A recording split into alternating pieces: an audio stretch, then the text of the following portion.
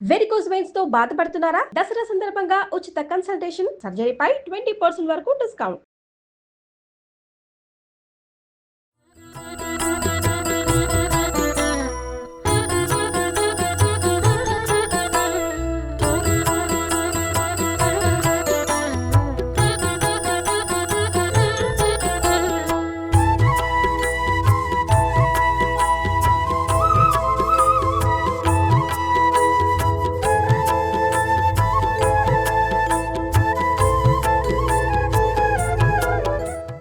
Dasara special ఎపిసోడ్కి స్వాగతం. నమస్తే రమగారు, దసరా శుభాకాంక్షలు. నమస్తే జయ, దసరా శుభాకాంక్షలు. సుమన్ టీవీ ప్రేక్షకులందరికీ దసరా శుభాకాంక్షలు. రమగారు, దసరా అంటే ఎక్కువ రోజులు, దాదాపు ఈ సంవత్సరం అయితే 11 రోజులు జరుపుకునే పండుగ కదండి. ఎప్పుడు కూడా మనము 10 రోజులు చేసుకుంటాం. 9 నవరాత్రులు, 10వ రోజు విజయదశమి కింద. ఈ సంవత్సరం మాత్రం 11 రోజులు వచ్చినాయి. మనం సుమన్ టీవీ ప్రేక్షకుల కోసం 11 రోజులు, ఏ రోజు విశిష్టత ఆ రోజు, ఏ రోజు అలంకరణ, నైవేద్యాలు, తర్వాత మనం పాటించాల్సిన నియమాలు, ప్రతిదీ కూడా మీలాంటి గెస్టులందరితో ఏ రోజుకి ఆ రోజు విడివిడిగా చేయించుతున్నాను రమ్మగారు. అందులో భాగంగా మొదటిగా ఈరోజు దసరాకి సంబంధించి పూర్తిగా ఈ 10 రోజులు పాటించాల్సిన నియమాలు, దసరా యొక్క విశిష్టత ఒక్కసారి మాట్లాడుకుందాం. మనకు పండుగలే ఎక్కువ.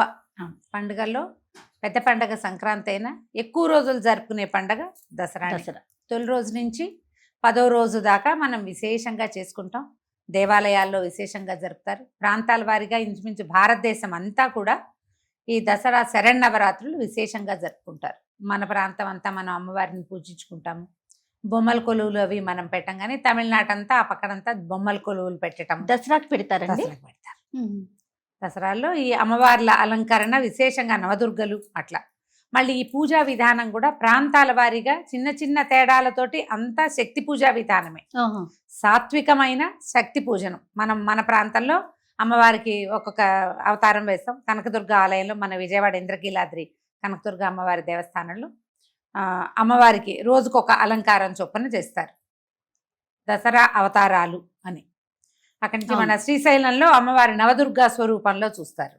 అక్కడి నుంచి శృంగేరి పీఠాలు ఆ ప్రాంతం అంతా ఏం చేస్తారు, మాతలు వాళ్ళది వేరు, సప్తమాతృకలు. వాళ్ళది ఒక ప్రత్యేకమైన విధానం.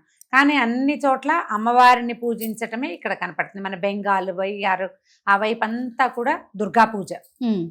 మనము ఈ రోజుకొక అలంకారం అని చేసుకుంటాం. అవును. బెంగాల్ వైపు మొత్తం అన్ని రోజులు దుర్గే, అంతా దుర్గా. వాళ్ళు కూడా ఇప్పుడు మనలాగానే 9 రోజులు 10 రోజులు చేస్తారు. మనలాగానే పూజా విధానాల్లో చిన్న తేడా, ప్రాంతాల వారి తేడాలు ఉంటాయి కదా.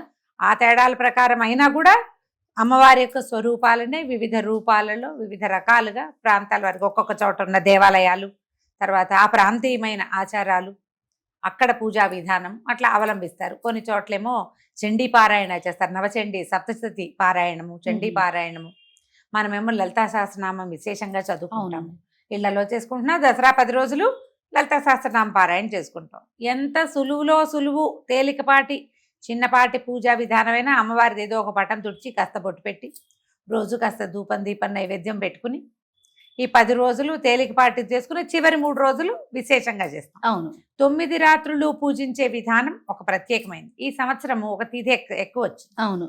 10-12 సంవత్సరాలకు ఒక్కసారి ఒక్క తిథి పెరుగుతుంది. ఓహో. మనకి అధిక మాసాలు వస్తాయి కదా జయ, అధిక శ్రావణం, అధిక ఆషాఢం మనకు కనిపిస్తూనే ఉంటాయి కదా. అవును. ఈ మెల్లిగా ఈ తిథులు తిరుగుడులో ఒక 10 ఏళ్లకు ఒకసారి ఇట్లా ఒక తిథి ఎక్కువ వస్తుంది.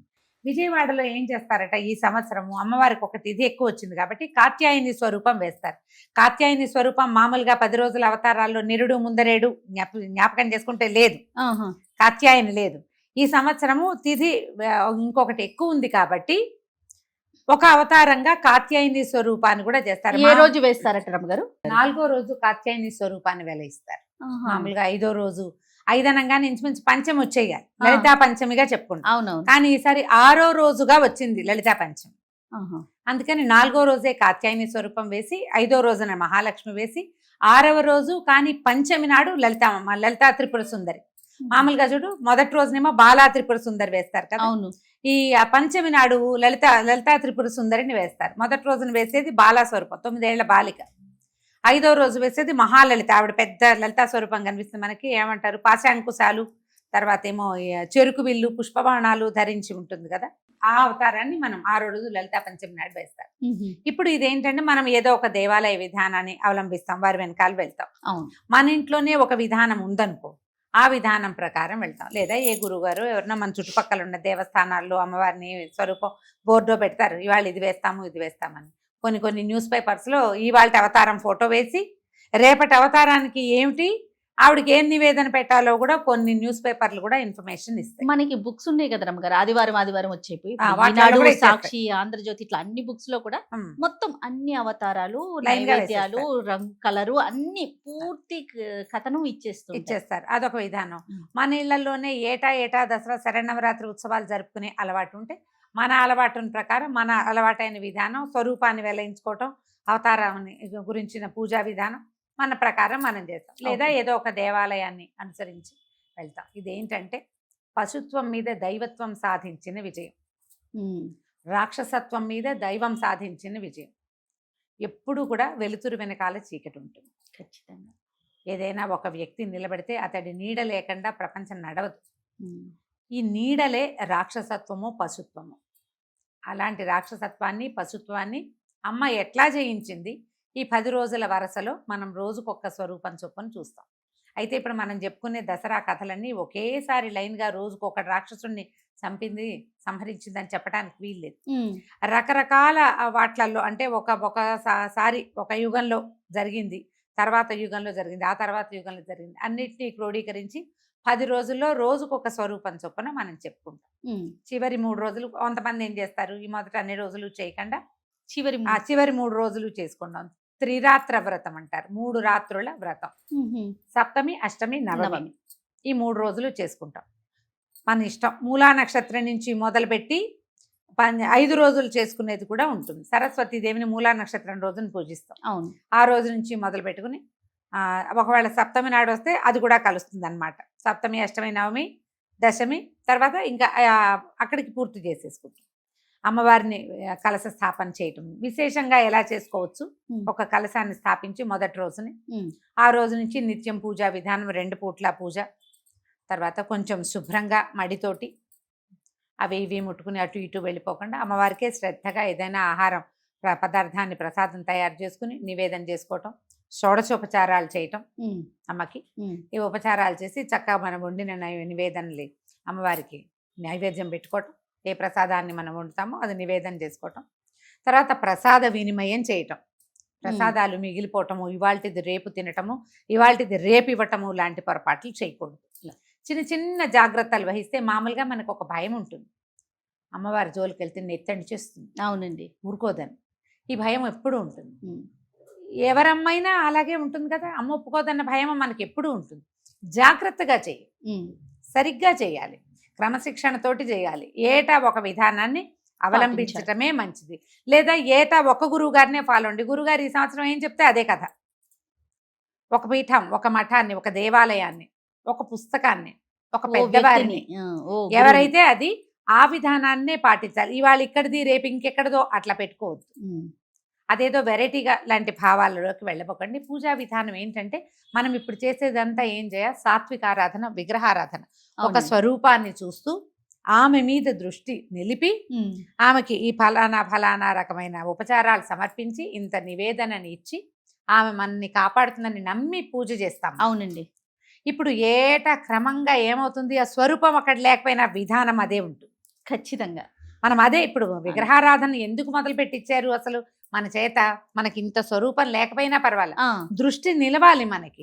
ముందేమో రకరకాల కోరికలతోటి ఏవో చెప్పుకుంటాం, ధర్మార్థ కామమోక్ష చతుర్విధ ఫల పురుషార్థ సిద్ధ్యర్థం, మనోవాంఛాఫల సిద్ధ్యర్థం, కుమారయోహ సర్వతోముఖాభివృద్ధ్యర్థం, అంతే కదా. కుమారులకు పెళ్లిళ్ళు కావాలి, వివాహ సిద్ధ్యర్థం, సత్సంతాన శుభఫలాభాప్త్యర్థం, ఎన్ని చెప్పుకుంటాం.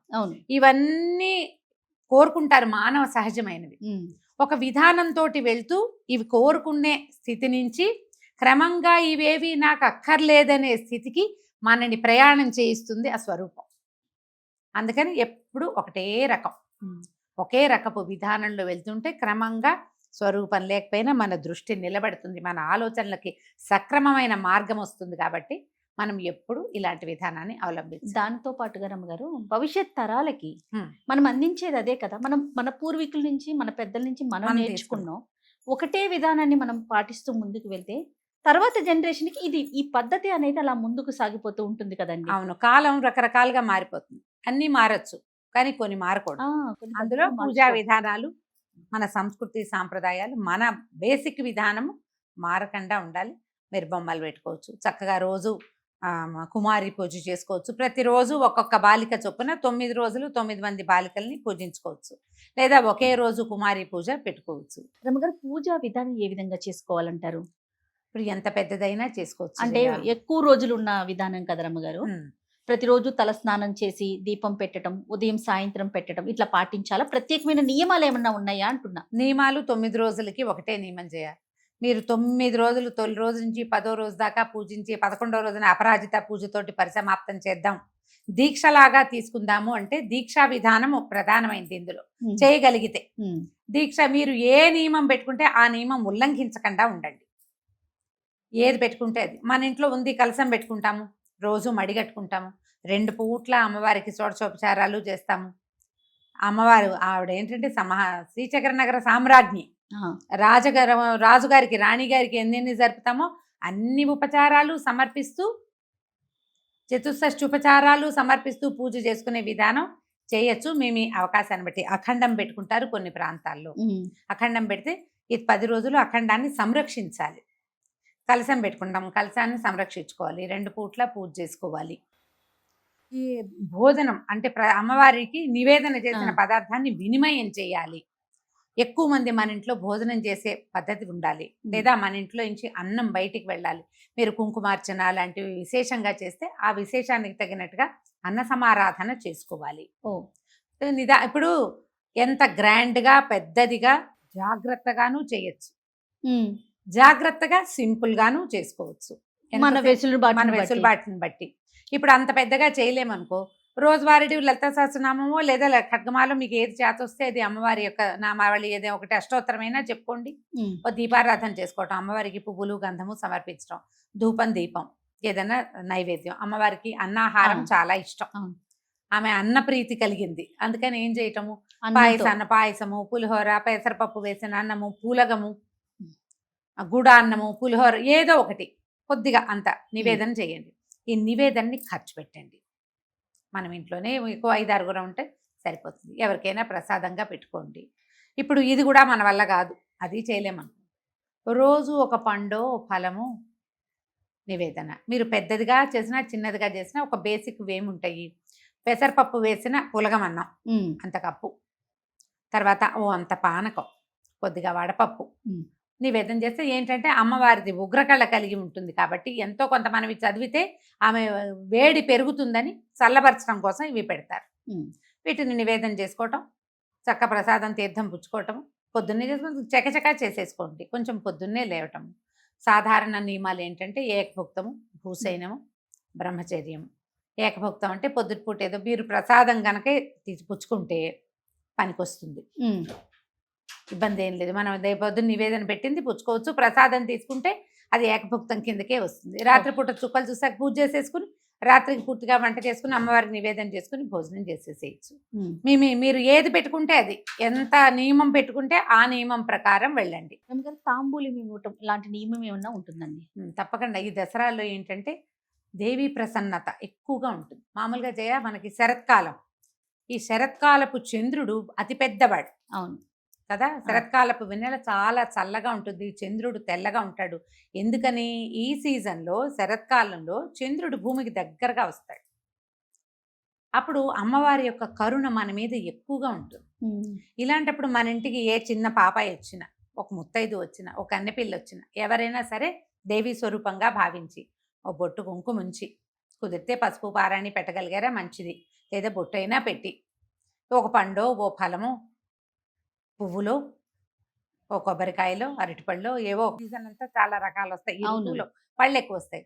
ఈ కాలంలో దొరికేటువంటి ఏ పండునైనా మీరు తాంబూలము వక్కలతో కలిపిస్తే మహత్తరం మంచిది.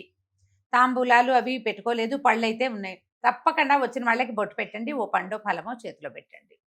ఇది నియమంగా. అంటే ఇప్పుడు మనం వరలక్ష్మి వ్రతాలు ఎట్లా చేస్తాం శ్రావణ మాసంలో విశేషంగా లక్ష్మీదేవి వచ్చినట్టుగా ఇప్పుడు అమ్మవారు నడిచొచ్చిందని భావించండి.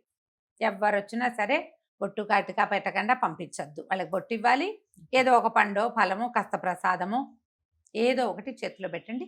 ఇవన్నీ ఏం లేదు, ప్లస్లు పాజిటివ్ అంతే ఎనర్జీ, అంతే మనసుని ప్రశాంతంగా ఉంచుకోవడానికి అంతే. దీంట్లో ఈ మళ్ళీ ఈ పండగ 10 రోజులు మీరు పూజ చేసినా చేయకపోయినా, పెద్దదిగా చేయకపోయినా కూడా ఈ 10 రోజులు పోట్లాడద్దు, మీరు పోట్లాడుకోకండి, దుర్భాషలు ఆడకండి, అత్తగారులు కోడళ్ళు కొట్టుకోవద్దు, తల్లులు పిల్లలు కొట్టుకోవద్దు, భార్యాభర్తలు కొట్టుకోవద్దు, తల్లులు పిల్లల్ని కేకలేయద్దు. ఎన్ని జాగ్రత్తలు వహించాలి. పక్కింటి వాళ్ళతో వెనకింటి వాళ్ళతో కూడా పోరాడకండి. సాధ్యమైనంత ప్రశాంతంగా ఈ 10 రోజులు అమ్మవారు సుప్రసన్నంగా ఉండి వరాలు ఇవ్వడానికి సిద్ధంగా ఉంటుంది. ఆ వరాలు అందిపుచ్చుకోవటానికి రెడీగా ఉండండి. చక్కగా మనం ప్రశాంతంగా ఉంటే ప్రశాంతత పెరుగుతుంది, వాతావరణం అంతా ప్రశాంతంగా ఉంటుంది. కాబట్టి శ్రద్ధగా ఈ 10 రోజుల పండుగని సమాప్తం చేసుకోండి. మరొకసారి మరి ప్రేక్షకులందరికీ కూడా దసరా శుభాకాంక్షలు.